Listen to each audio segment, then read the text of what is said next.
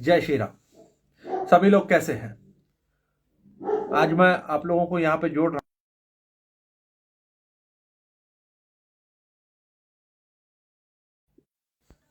सभी लोगों से अनुरोध है कि इस लाइव को शेयर कर दें।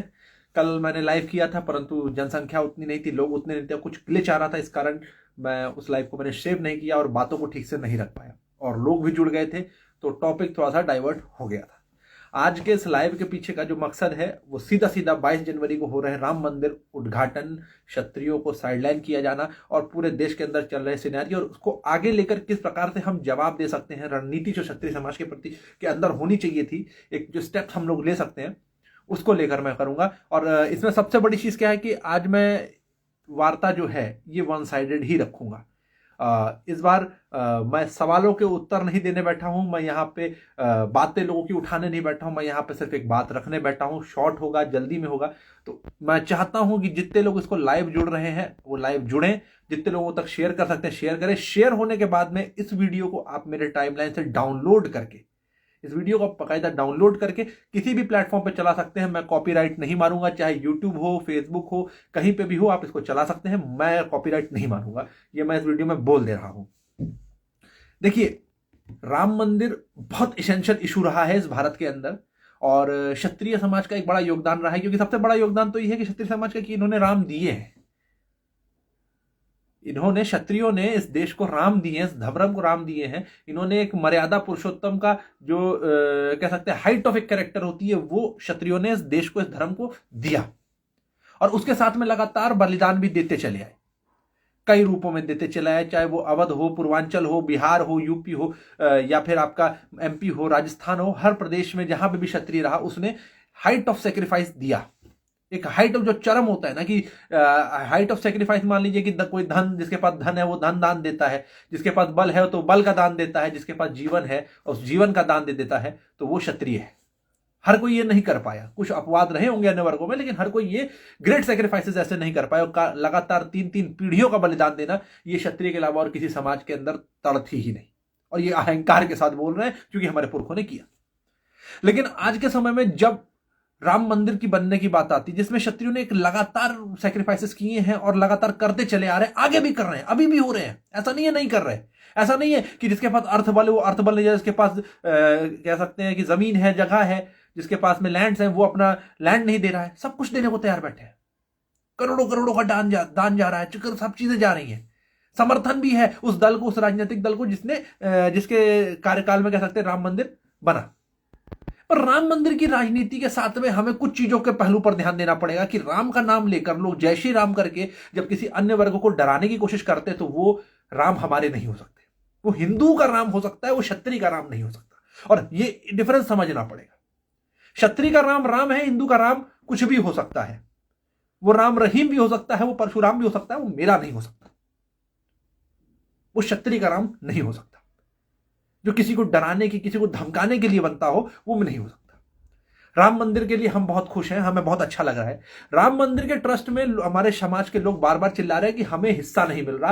राम मंदिर के अंदर जो क्षत्रिय समाज है इसको एक कैसे रिप्रेजेंटेशन नहीं दी जा रही है, तो हमें थोड़ा सा इसके एक पहलू को समझना पड़ेगा। राम मंदिर के अंदर क्षत्रिय समाज को हिस्सेदारी क्यों होनी चाहिए? मंदिर एक मनी मेकिंग ऑर्गेनाइजेशन है, टू बी क्लियर, और इस मनी मेकिंग ऑर्गेनाइजेशन के अंदर जो भी बैठता है, जो भी वर्ग का मोनोपोली होता है, वो ऑटोमेटिकली धनवान हो जाता है। अब देखिए, मिर्जापुर के अंदर भाई एक विंध्यवासिनी मंदिर है जो कि सेंगर राजपूतों की कुलदेवी है। सेंगर राजपूतों के द्वारा वो मंदिर के काफी दान गए हैं और वो काफी प्रसिद्ध मंदिर है। वहां पे 12 साल का एक पंडा जाता है जिसने ना एजुकेशन कुछ है ना कुछ पढ़ा लिखा, लेकिन वो 5-6 हजार रुपए 4-6 घंटे वहां पे काम करके 5-6 हजार रुपए दिन का कमा के चलाता है। एक मनी मेकिंग ऑर्गेनाइजेशन है जो कि अनरजिस्टर्ड पैसा है, इसका टैक्स नहीं लग रहा है, सब कुछ नहीं जा रहा है, अनरजिस्टर्ड पैसा है। अब इसी प्रकार से इतना भव्य बड़ा मंदिर बन रहा है जिसमें एक ही जाति, मैं क्लियर बोलूंगा कि ब्राह्मण जाति का ही एक बोलबाला बैठा हुआ है, बाकी कोई और वर्ग है नहीं। दिखाने के लिए ओबीसी और शूद्र को लाके रख दिया, और क्षत्रिय को इसमें दूर दूर तक इसलिए नहीं रखा गया क्योंकि क्षत्रिय एक राइटियस कैरेक्टर है। ये धर्म के नाम पे हो रहे पाखंडवाद के ऊपर तुरंत डंडा मचा देगा, तुरंत वहां पे लाठी कर देगा, नहीं ये नहीं होने देंगे। अगर धार्मिक अनुष्ठान के लिए धन इकट्ठा हो रहा है तो धार्मिक अनुष्ठान के लिए जाएगा, वो जन कल्याण के लिए जाएगा, एक किसी जाति वर्ग के फायदे के लिए नहीं जाएगा। लेकिन राम मंदिर के अंदर खुले तौर पे एक जाति की मोनोपोली हो रही है। क्षत्रियों को उठा के साइडलाइन कर दिया जा रहा है क्योंकि ये रिटेलिएशन करने वाली जाती है, और सरकार और सत्ता इस पे चुप है क्योंकि इस पूरे पूरे प्रकरण को चलाने वाला आरएसएस है, जो खुद एक ब्राह्मणवादी ऑर्गेनाइजेशन है। और मैं इसलिए बोलूंगा इनके अंदर एक कोर हेट्रेड भरी हुई है, क्योंकि आरएसएस को स्टार्ट करने वाले हेडगेवार की किताबों को अगर आप पढ़ेंगे तो उसमें मालूम पड़ता है, तो क्षत्रिय जो राजपूत लोग थे, ये इनमें पशुता थी। इनके हिसाब से क्षत्रिय और राजपूतों में पशुता थी, और पेशवाई जो कि जिनके अगर आप इतिहास को अगर खगाल के उखाड़ के पढ़ना शुरू करेंगे तो मालूम पड़ेगा पशुता से भी अगर कोई गिरा हुआ तर्ज होता है तो वो पेशवाई के ऊपर लगाया जा सकता है। 12-12 साल की लड़कियां बंगाल और तमाम जगह से उठाने वाले आज इस देश के, इस सभ्यता के हीरो हैं, और गेजेटेड हिस्ट्री है ये। कोई ऐसा नहीं कि मैं अपनी बातें बना के बोलूं, it is a gazetted history. आज ये लोग राम मंदिर और राम को के प्रतीक बन के घूम रहे हैं। नरेंद्र दामोदर दास मोदी कितने हाइट ऑफ कैरेक्टर है भाई, ये जा रहे हैं राम मंदिर के उद्घाटन में, ये बने हुए हैं मोदी मंदिर बना के चल रहे हैं। राम मंदिर नहीं बन रहा, मुझे तो कभी कभी इनके प्रचार को देखकर लगता है कि मोदी मंदिर बन रहा। मोदी जी राम जी को उखाड़ के लाके वहां गाड़ दिए, और लोग अगर इस पे बोल दे रहे हैं तो तुम साले जिहादी हो, तुम साले ये हो, अपमानित करना तुमको शुरू कर देंगे, तुमको कहीं ना कहीं उठाकर वामपंथी बता देंगे, कुछ उठा के बता देंगे। लेकिन आप अगर बोलने से कतराएंगे तो कब बोलेंगे, कब आप बोलेंगे? आपका हिस्सा बनता है, राम पे आपका अधिकार बनता है, और इस अधिकार को मांगना कहीं से भी गलत नहीं है, इस अधिकार के ऊपर बोलना कहीं से भी गलत नहीं है। लेकिन क्षत्रिय समाज को इस पे बोलने में इतना डर क्यों लग रहा है? एक ऐसा समाज सोचने वाली बात है, एक इतना प्रभावशाली समाज जो 10-10, 12-12 लाख लोग इकट्ठा कर देता राजस्थान में, 7-7, 8-8 लोग इकट्ठा कर देता मध्य प्रदेश में, 50-60 हजार लोग इकट्ठा हो जाते हैं दिल्ली एनसीआर में। किन मुद्दों के लिए? किन मुद्दों के लिए?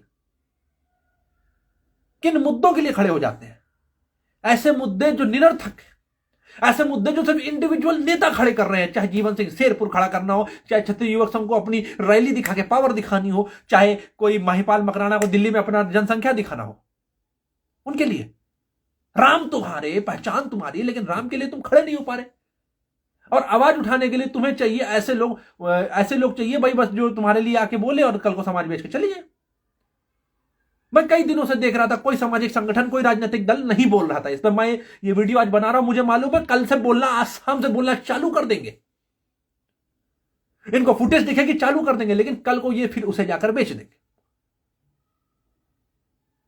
कल ये उसको जाकर बेच भी देंगे। लोग कह रहे हैं कि हम इस पे आंदोलन करेंगे, ये करेंगे। मैं सिंपल सी बात पूछ रहा हूं कि अगर राम के अधिकारी क्षत्रिय नहीं है तो हिंदुत्व या हिंदू धर्म या तुम्हारा सनातन क्षत्रियों का भी अधिकारी नहीं है। अगर इतनी सी बात हमारे समाज के ये नौजवान युवा अपने अंदर डाल लेंगे, the things will be clear alright. ये मंदिरों के सहारे, मैं क्लियर बोल देता हूं, इन्हीं मंदिरों के सहारे जिनके ऊपर एक जाति, एक वर्ग कब्जा करके बैठा हुआ है, तुम्हारे पुरखों के नाम के बने मंदिर, तुम्हारी कुल देवियों के नाम के बने मंदिर, उनके ऊपर कब्जा करके बैठा हुआ है, उन्हीं के द्वारा धन अर्जन करके तुम्हारी ही जड़ें काट रहा है। राम राम की जय करने वाले, रावण के मंदिर बनवाने वाले, ये तुम्हारी ही जड़ें काट रहे हैं। अभी राम मंदिर से तुमको वंचित किया गया है, कल कृष्ण जन्मभूमि से वंचित किया जाएगा, परसों तुम्हारी पहचान से वंचित कर दिया जाएगा, जो कि किया आज भी जा रहा है, लेकिन खुले तौर पे कर दिया जाएगा। और अपने अधिकार के लिए तुम बोल नहीं सकते हो, अपने धर्म की ओर तुम जा नहीं सकते हो। तुम्हें जय शास्त्र धर्म कहने में शर्म आ रही है। तुम सुबह उठते हो तो मैं हिंदू हूं, शाम को मैं सनातनी हूं, दोपहर में मैं सवर्ण हूं, रात को मैं क्षत्रिय हूं। इच्छाधारी बने घूम रहे हो, एक धारा पकड़ नहीं पा रहे। बोलना मुझे मन नहीं करता, मैं चुप रहा, मैं इतने दिन तक बोला नहीं, लेकिन आज रहा नहीं जा रहा। मैं देख नहीं पा रहा हूं समाज की इतने बड़े बड़े संगठन, इतने लाखों लोग इकट्ठा हो जा रहे हैं, इतने लाखों लोग इकट्ठा हो जा रहे हैं, लेकिन यहां पे आके खड़े होने में तुम्हें हिम्मत नहीं है। तुमसे भले मुसलमान है भाई, तुमसे भले मुसलमान है, तुमसे भले हैं मुसलमान भाई, वो कम से कम अपने धर्म, अपनी पहचान और अपने अस्तित्व के प्रति समर्पित हैं। तुम तो अपने पुरखे के प्रति समर्पित नहीं हो पा रहे हो, तुम तो अपनी पहचान के प्रति समर्पित नहीं हो पा रहे। ऊपर तक ले जानी चाहिए। मैं कहां ऊपर तक लेके जाऊंगा? तुम लोगों ने, यहां पे तो मैं बात रख रहा हूं, आज बात उठेगी, कल को लोग इसको चलाएंगे, फिर परसों कहेंगे कि भाई ठीक है, भूल जाएंगे।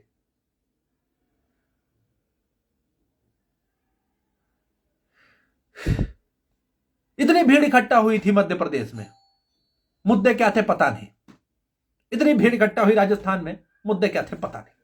उससे भी ज्यादा भीड़ अभी इकट्ठा हो जाएगी दिल्ली में, मुद्दे क्या होंगे पता नहीं। बेकार के मुद्दे, बेकार के मामले, लेकिन कूदते रहना है, कूदते रहना है इन मुद्दों पे, फालतू की चीजों पे भरते रहना है, लड़ते रहना, हल्ला काटते रहना है। आपने संधि करने का आदत डाल लिया। और अगर आप, मैं क्लियर बोल देता हूं, यूपी के राजपूतों को तो खास तौर पे, अगर तुमको योगी आदित्यनाथ में राजपूत छत्री दिखाई दे रहा है तो मूर्ख हो तुम। मैं नहीं कहता राम मंदिर में हिस्सेदारी के लिए विद्रोह करो, तुम ले भी नहीं पाओगे हिस्सेदारी, अभी तुम्हारी तड़ नहीं। उसके लिए बहुत अलग प्रणाली, अब उसको हम अप्लाई करेंगे, उसकी अलग प्रणाली है, अब उसके लिए हमको अलग तरीके से करना पड़ेगा और हमको लेंगे, उसमें कोई दिक्कत नहीं। सारे मंदिर जितने भी हमारे पुरखों के नाम पे हैं, जितने भी इन इतिहास में क्षत्रियों के, महापुरुषों, कुल देवियों के नाम पे हैं, वो मंदिर हमें वापस चाहिए। मंदिर तो तुम्हें जाके हर की पौड़ी, हरिद्वार में जो हर की पौड़ी में बीच में मानसिंह का बना है, वो भी ले लेना चाहिए। बहुत सारे मंदिर बने हुए इस देश के अंदर, जिनको एक धन अर्जन का कह सकते हैं कि टूल बना के, औजार बना के बहुत सारे लोग उपयोग ले रहे हैं तुम्हारे समाज का। तुमको बस बना के रख दिया कि तुम धर्म के चौकीदार हो, धर्म के रक्षक बने बैठे हो। धर्म तुम्हारी रक्षा क्यों नहीं कर रहा? क्यों नहीं हो रहा तुम्हारे लिए स्पेशल तौर ट्रीटमेंट इस धर्म के अंदर, जबकि तुम्हारे पुरखों का सबसे बड़ा बलिदान है? होना चाहिए, वो है नहीं तुम्हारे पास। रिसोर्सेज सारे तुमसे छीन लिए गए हैं। जब हमसे राजसत्ता गई, जब हमसे राजसत्ता चली गई, शूद्र से उसके क्षेत्र छीन लिए गए, तो बनिए और ब्राह्मण के पास में उसकी सत्ता कैसे रह सकती है? सबके बीच में बराबर बंटवारा होना चाहिए, सबके बीच में बराबर बंटवारा होना चाहिए ना। 75% मंत्रालय राजशाही में शूद्रों के पास होते थे। ब्राह्मण बनिए बहुत परसेंट, 50% होते थे। 25% में ब्राह्मण बनिए थे, 25% में राजपूत थे। अगर राजपूतों की सत्ता गई है, शूद्रों की सत्ता गई है, तो भाई सीधी सीधी बात है, हमको भी भाई इन लोगों की सत्ता खत्म करनी पड़ेगी। अब इनके भी सत्ता में सबका बराबर बंटवारा होना चाहिए। और तभी अगर तुम जो हिंदुत्व की आइडियोलॉजी एवरीबॉडी इज इक्वल करते हो, एप्लीकेबल होगी।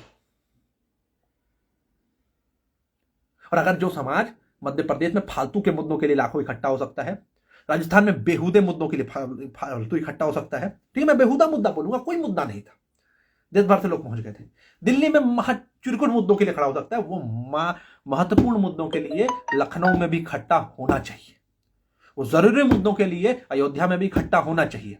अगर राजपूतों का हिस्सेदारी और कह सकते हैं अध्यक्षी राम मंदिर के अंदर नहीं होगी, तो बहुत क्लियर तौर पे मैं बोल दे रहा हूं, बहुत क्लियर तौर पे मुझे जातिवादी राजपूत चाहिए वहां पे। और अगर नहीं होगी तो इतनी क्लियर तौर पे बोल रहा हूं कि मैं तो पर्सनली बोल रहा हूं, अपने भाइयों के साथ, अपने सारे साथियों के साथ जो हमारे साथ ग्राउंड पे जुड़े हुए, हम धर्म परिवर्तन करने को तैयार हैं। हम धर्म परिवर्तन कर देंगे, हम छोड़ देंगे तुम्हारा धर्म भाई। तुम अगर हमको नहीं एक्सेप्ट कर सकते हो, हमारी तुमको पहचान नहीं पसंद है, तो हमको भाई तुम्हारा धर्म नहीं पसंद। तुम हमें राम के साथ जोड़ नहीं सकते, तो हम तुम्हारे धर्म के साथ नहीं बैठेंगे। और ये स्टेटमेंट हम भाई क्लियर बोल दे रहे हैं। मेरे साथ 2, 4, 10, 100, 200, 500 जो आएगा भाई, वो मैं उसके साथ, हमें कोई समस्या नहीं है। और घर घर जाके मैं पकड़ पकड़ के मैं कहूंगा कि छोड़ो इनको, इस धर्म को छोड़ दो। ये धर्म राम तक का धर्म नहीं है, ये राम का धर्म हो ही नहीं सकता। राम के धर्म के अंदर राम के ही वंशजों की अवहेलना हो ही नहीं सकती भाई, हो ही नहीं सकती। ये रावण का धर्म होगा, ये परशुराम का धर्म होगा, मेरे राम का धर्म नहीं है, मेरे राम का धर्म नहीं है। जय शाद धर्म।